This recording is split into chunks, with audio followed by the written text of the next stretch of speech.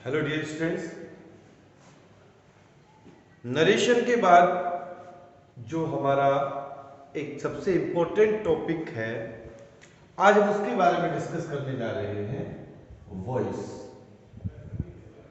आपने previous classes में voice के बारे में अच्छे से पढ़ा है और जितना भी कॉम्पिटिटिव एग्जाम आप देखेंगे इन फ्यूचर, आप जिस भी कॉम्पिटिटिव में बैठेंगे जहां इंग्लिश का कोई पार्ट आ रहा होगा वहां वॉइस का एक पार्ट जरूर पूछा जाएगा। तो voice is a very important part of English grammar और आज इसी पार्ट के बारे में हम डिस्कस करने जा रहे हैं। तो डियर स्टूडेंट्स, वॉइस जो है उन्हें बेसिकली टू पार्ट में डिवाइड किया गया है। ठीक है, पहला एक्टिव वॉइस और एक होता है पैसिव वॉइस। करेक्ट, वहां नरेशन में एक डायरेक्ट और इनडायरेक्ट था, यहां पर एक एक्टिव वॉइस है, एक पैसिव वॉइस है। समझने के लिए हम कहेंगे, अगर हम इसे ऐसे कहें कि अगर एक्टिव वॉइस को इन हिंदी मीनिंग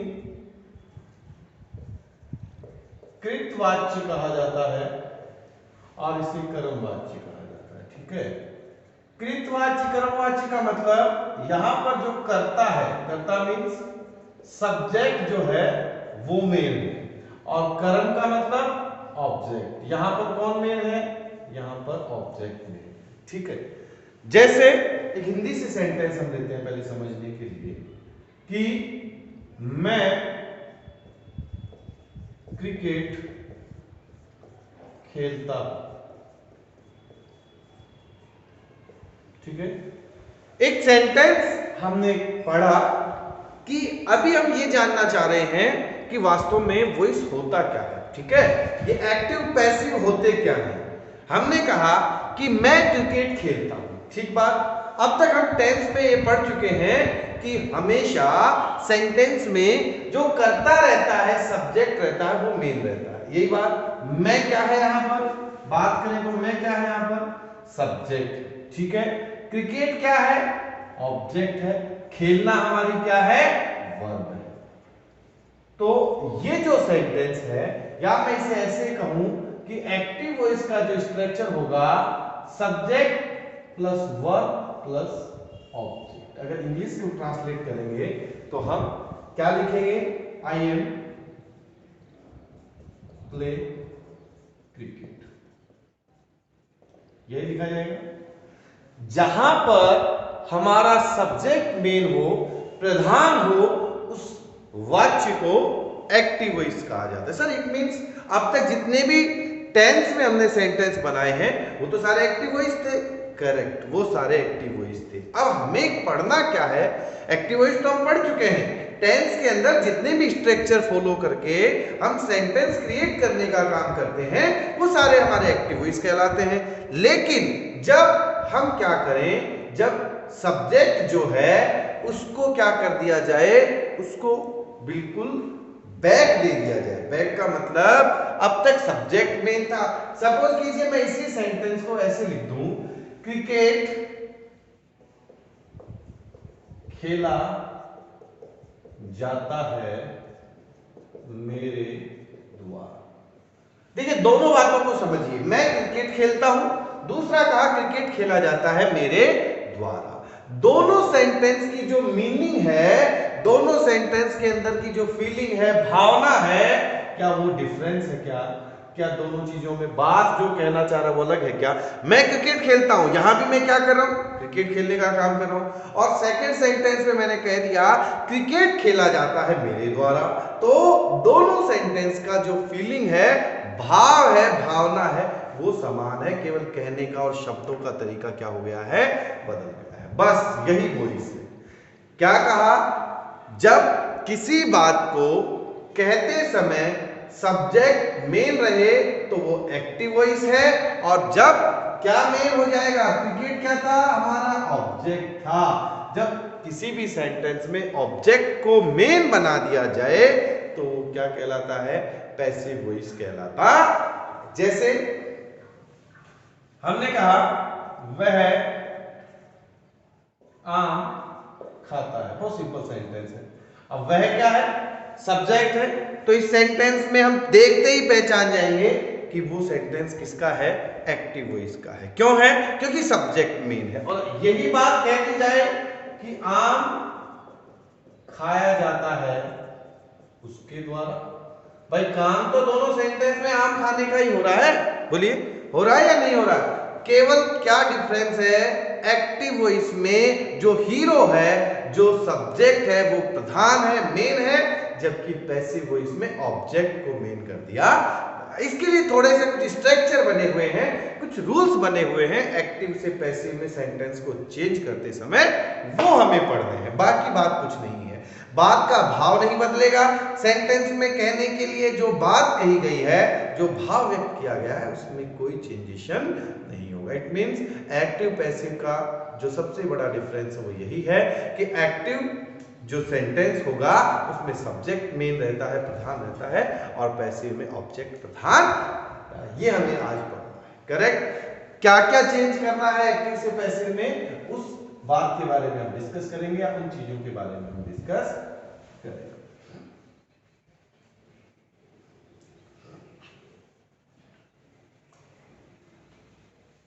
ठीक, देखिए पहली बात, एक्टिव वॉइस से पैसिव वॉइस बनाते समय हमें क्या करना है, जो आप बहुत पढ़ते आए, सब्जेक्ट का ऑब्जेक्ट और ऑब्जेक्ट का सब्जेक्ट। यही तो किया अभी हमने हिंदी सेंटेंसेस को देखा था। भाई सब्जेक्ट का ऑब्जेक्ट और ऑब्जेक्ट का सब्जेक्ट, या हम ये कह सकते हैं कि जो सेंटेंस का ऑब्जेक्ट रहता है एक्टिव वॉइस में, उसे पैसिव वॉइस में क्या बना दिया जाता है? सब्जेक्ट बना दिया। तो सबसे पहले फिर हमने कहा टेंस के अकॉर्डिंग, टेंस के अकॉर्डिंग हेल्पिंग वर्ब का यूज करना। ठीक बात, ये भी हम चार्ट से समझेंगे कि कौन से टेंस में कौन सी हेल्पिंग वर्ब यूज की जाती है। थर्ड हमने कहा पैसिव वॉइस में हमेशा, ये मेन बात है भाई, वर्ब जो है वो क्या रहेगी? वर्ब की थर्ड फॉर्म का यूज किया जाता है। सबसे बड़ी पहचान है पैसिव वॉइस की कि उसमें हमेशा कौन सी वर्ब यूज की जाएगी? थर्ड यूज की जाएगी। ठीक है। फिर हमने कहा उसे हम सेंटेंस में बाई का यूज करके ऑब्जेक्ट जोड़ देते हैं। कौन सा ऑब्जेक्ट जोड़ देते हैं? जो हमारा एक्टिव वॉइस में क्या रहा होगा? सब्जेक्ट रहा होगा। केवल ये बात है आपको। पहली चीज, सब्जेक्ट का ऑब्जेक्ट और ऑब्जेक्ट का सब्जेक्ट। जैसे मैंने कहा ही ईट अ मैंगो। ठीक है, ही क्या है? हमारा सब्जेक्ट है, और ए मैंगो क्या है? हमारा ऑब्जेक्ट है। तो पहला स्ट्रक्चर हमने क्या कहा? सब्जेक्ट का तो ऑब्जेक्ट और ऑब्जेक्ट का सब्जेक्ट। इट मींस चेंज करते समय हमें ए मैंगो को क्या कर देना है? यहां पर सब्जेक्ट बना देना। अब सेंटेंस को जब हम पढ़ेंगे तो हमें पता चलेगा कि हमें वर्ब देखते हुए हेल्पिंग वर्ब का यूज करना है। हेल्पिंग वर्ब जब हम लगा देंगे, हेल्पिंग वर्ब के तुरंत बाद वर्ब लगाई जाती है, और पैसिव वॉइस में वर्ब हमेशा कौन सी लगाई जाती है? थर्ड फॉर्म का यूज किया जाता है। तो थर्ड फॉर्म लगाने के बाद में हम बाई के साथ में लास्ट एंड में ऑब्जेक्ट को ऐड कर देंगे। ठीक है, चलिए इसके बारे में हम लोग डिस्कस करते हैं।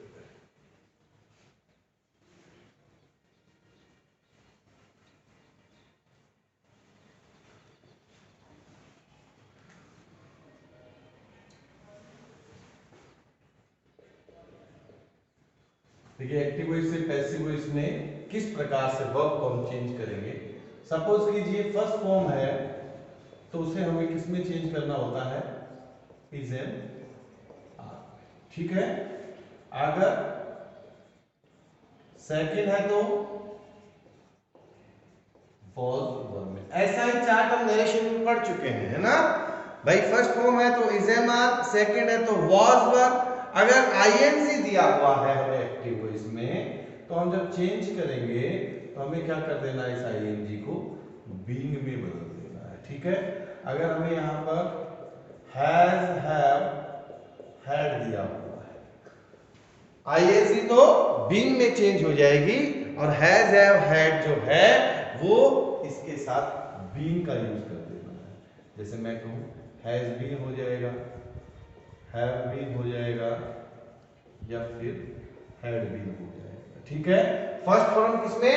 इज एम आर में, सेकंड वाज वर में, आईएनजी बीइंग में और हैज, हैव, हैड के साथ में बीन लग जाएगा। सपोज कीजिए अगर कोई मॉडल यूज की गई है यहाँ पर, तो जब इसे पैसिव में चेंज करेंगे तो मॉडल प्लस बी कर दिया जाता है। ठीक है। यहां पर अगर इज एम आर का यूज किया गया है तो यहां भी हमें वह हेल्पिंग वर्ब को सेम रखना है। यहां अगर वाज वर्ब का यूज किया गया है तो यहां भी हमें इसे सेम रखना है। ये हमारा एक छोटा सा टेंस चार्ट है। ठीक है। इसे हमें देखना पड़ेगा बदलते समय। क्या कहा? फर्स्ट फॉर्म किस में चेंज हो जाएगी? इज एम आर में। सेकंड किस में होगी? वाज वर्ब में। आईएनजी किस में चेंज हो जाएगा? बीइंग में। हैज, हैव, हैड बीन के साथ ऐड हो जाता है। इज एम आर सेम रहता है, वाज वर्ब भी सेम रहता है। अगर एक्टिव वॉइस में मॉडल का यूज किया गया है तो पैसिव वॉइस में मॉडल प्लस बी बना दिया जाता है। कुछ एग्जांपल से रिलेट करेंगे। छोटा सा प्रोनाउन चेंज है, आई किस में बदलता है, वी किस में बदलता है, जो आपने पहले भी पढ़ा था, वही प्रोनाउन चेंज को हम इसके साथ साथ देखते जाते हैं।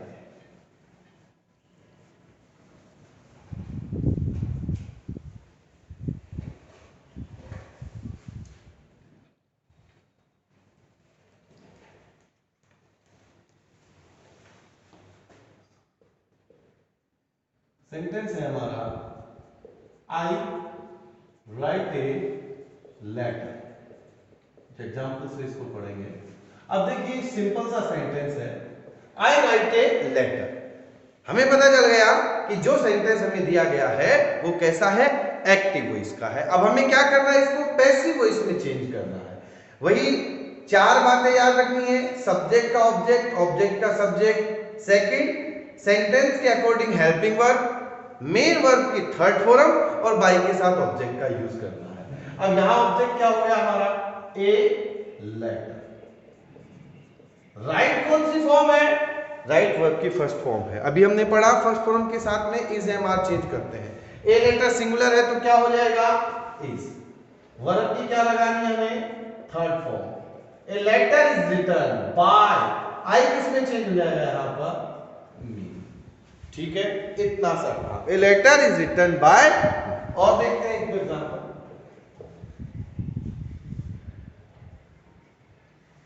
मैंने कहा बॉयज प्ले क्रिकेट।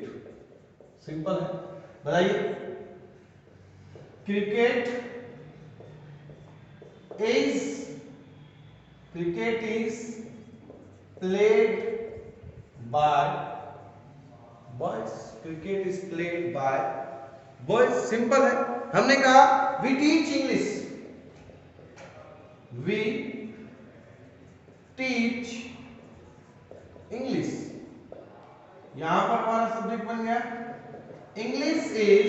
टीच की हमेशा कौन सी फॉर्म आएगी? Third. English is taught by, we किसमें बदल गया? Us. English is taught by us. मैंने कहा ही स्टोल ए वॉच। देखिएगा sentence, he stole a watch. Stole का मतलब होता है चुराना। देखिए वर्ब आपको पता होनी चाहिए, फर्स्ट फॉर्म कौन सी है, सेकंड कौन सी है ना, तभी तो आप बना पाएंगे। स्टोल जो है वो सेकंड फॉर्म है। हमने कहा ए वॉच, ठीक है। ही स्टोल ए वॉच। क्या कहा? उसने एक घड़ी को चुराया। तो आप क्या बनाएंगे इसका? बताइए। ए वॉच वॉज, सेकंड फॉर्म के साथ में वॉच वॉज लगना था। ए वॉच क्या है? सिंगुलर है तो लगा दीजिए। A watch was, third form क्या होती है इसकी? Stolen. A watch was stolen by. कुछ नहीं है, सिंपल बात यह है, सब्जेक्ट का ऑब्जेक्ट, ऑब्जेक्ट का सब्जेक्ट। सेकेंडली सेंटेंस के according helping verb. Helping verb का स्ट्रक्चर हमने पढ़ा। First form is am are में, सेकंड फॉर्म वाज वर्ब में, आईएनजी को बीइंग में चेंज करेंगे, मॉडल के साथ में मॉडल प्लस बी का यूज, हैज हैव हैड के साथ में बीन का यूज, और is am are was verb को सेम रखना है। ये बात हमने पढ़ ली। इसके बाद में बाई के साथ जो पैसिव वॉइस का सब्जेक्ट था, सॉरी जो एक्टिव वॉइस का सब्जेक्ट था, वो पैसिव वॉइस का क्या बन जाएगा, हमारा ऑब्जेक्ट बन जाएगा। व्हाट वाज स्टोलन बाय, ठीक है।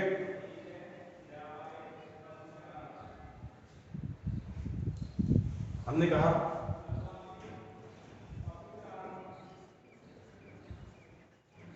सी clear the exam, she clear the exam, verb की कौन सी फॉर्म, सेकंड फॉर्म। हमने कहा the exam was cleared by, खत्म हुआ, the exam was cleared by her. मैंने कहा he has का भी ले लीजिए sentence, he has filled the pot, ठीक है। क्या किया हमने, the pot has been filled by, वही सारी चीजें एक साथ यूज करनी है भैया। स्ट्रक्चर हमारा रहा एक्टिव वॉइस में subject plus helping verb plus verb plus object. यहां क्या रहेगा, पैसिव वॉइस का स्ट्रक्चर क्या बन गया, यहां का ऑब्जेक्ट, ठीक है। तो सबसे पहले यहां का ऑब्जेक्ट क्या आ जाएगा, सब्जेक्ट में चेंज हो जाएगा, object plus helping verb plus verb की थर्ड फॉर्म, इसे हम सब्जेक्ट के रूप में यूज करेंगे, plus object, by plus object. ये ऐसे चेंज करना और कुछ नहीं करना है इसमें, बहुत सिंपल है। फिर इसमें हम डिफरेंट टाइप के सेंटेंसेस को पढ़ेंगे, ठीक है। तो कुछ सेंटेंस है, देखिए किस प्रकार से चेंज हुआ है। I write a letter, write verb की फर्स्ट फॉर्म है, इज लगाया गया, प्लेड सेकंड फॉर्म है, सॉरी प्ले फर्स्ट फॉर्म है, प्लेड बनाया गया, टीच के साथ में फिर थॉट बनाया गया। वर्ब की फॉर्म को आपको याद रखना होगा, अगर वो याद होगी तभी आप उसको चेंज कर पाएंगे, ठीक है ना। अच्छे से सेंटेंस को देखना है। मैंने कहा आई एम वॉचिंग टीवी, ठीक है। आई एम वॉचिंग टीवी, मैंने कहा इसे हमारे को चेंज नहीं करना है, वॉचिंग आईएनजी को बीइंग में चेंज हो जाएगा। तो टीवी इज, पहले भाई एम तक, TV is being watch, verb की तो थर्ड फॉर्म यानी है by me, TV is being watched by me, ठीक है। हमने कहा था इजेमार को क्या करेंगे, चेंज नहीं करेंगे, ठीक है।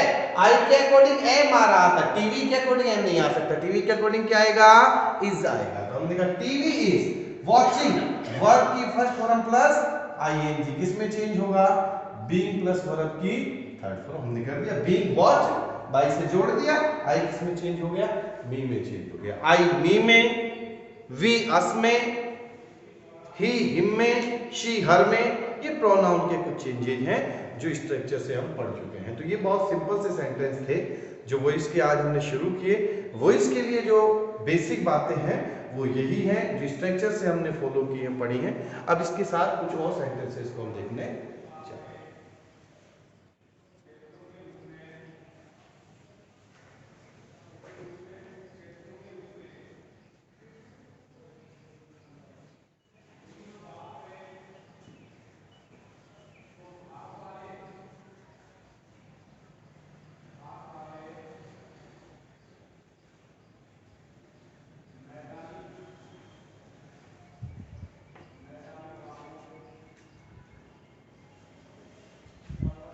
जो हम सेंटेंस पढ़ेंगे इन्फिनेटिव सेंटेंस पढ़ेंगे, ठीक है। इन्फिनेटिव सेंटेंस बहुत सिंपल सा स्ट्रक्चर है। इन्फिनेटिव सेंटेंस क्या होते हैं, जो सेंटेंस बी प्लस टू से लिखे जाते हैं, ठीक है। जो सेंटेंस बी प्लस टू से लिखे जाते हैं उन्हें जब चेंज किया जाएगा तो हम क्या स्ट्रक्चर फॉलो करेंगे, to plus be plus verb की थर्ड। इंपॉर्टेंट पार्ट है, ठीक है। कंपटीटिव एग्जाम में काफी पूछा जाता है। इन्फिनेटिव सेंटेंस वे सेंटेंस जो किससे लिखे जाते हैं, बी प्लस टू से। Be means is am are, ठीक है, बी इज एम आर की फॉर्म होती है। और इसको चेंज कैसे करना है, to plus be plus verb की थर्ड फॉर्म से। जब कुछ एग्जाम्पल देखेंगे तो ज्यादा क्लियर हो पाएगा। इसको देखते हैं एग्जाम्पल से। मैंने कहा I am to buy books. कैसे पता चला, इन्फिनेटिव सेंटेंस अभी बताया हमने, बी प्लस टू। इस बी का क्या मतलब होता है, बी का मतलब होता है इज एम आर, ठीक है ना।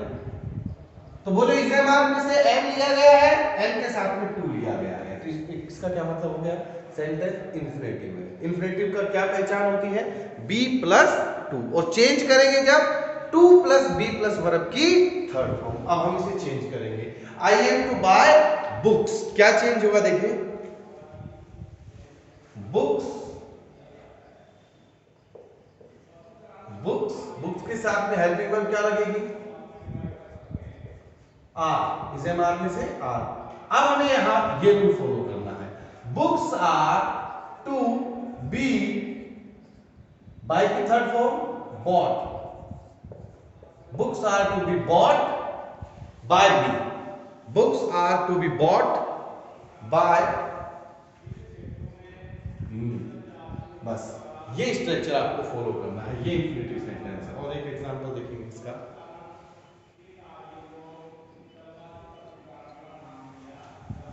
मैंने कहा ही इज टू बी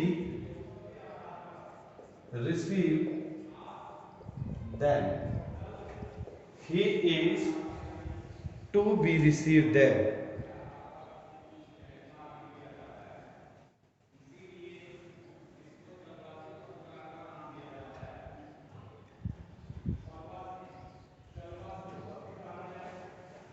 क्या चेंज होगा इसका, दे आर, यहां से बोलो कीजिए, they are to be receive by, केवल इस स्ट्रक्चर को फॉलो करना है, to plus be plus verb की थर्ड फॉर्म, और कुछ फॉलो नहीं करना है।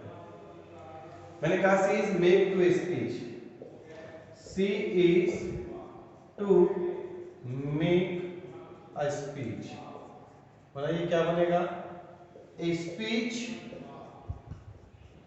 ए speech is to be made by her, a speech is to be made by her, ठीक है। तो ये इन्फिनेटिव सेंटेंस का स्ट्रक्चर था। फर्स्ट जो रूल हमने पढ़ा है, थोड़ा सा स्टैंडर्ड लेवल पे चला जाता है, कंपेटिटिव के लेवल से स्कूल लेवल से थोड़ा ऊपर है। क्या पढ़ा पहला हमने, यही स्ट्रक्चर, इन्फिनेटिव का मतलब क्या होता है, बी प्लस टू। इसे कैसे चेंज करेंगे, इसे जब चेंज करेंगे जब to plus be plus verb की थर्ड। बाकी सारे रूल्स वैसे के वैसे फॉलो होंगे। तो ये इन्फिनेटिव सेंटेंस पढ़े। अब हम नेक्स्ट क्लास में इनके और नेक्स्ट जो रूल्स हैं जो हमारे लिए इंपॉर्टेंट है उनको डिस्कस करेंगे। आज बेसिकली बात में हम यही सीखे हैं कि वो है क्या और इसे किस प्रकार से चेंज किया जाता है। जो फंडामेंटल उसकी थ्योरी थी उसके बारे में हमने स्टडी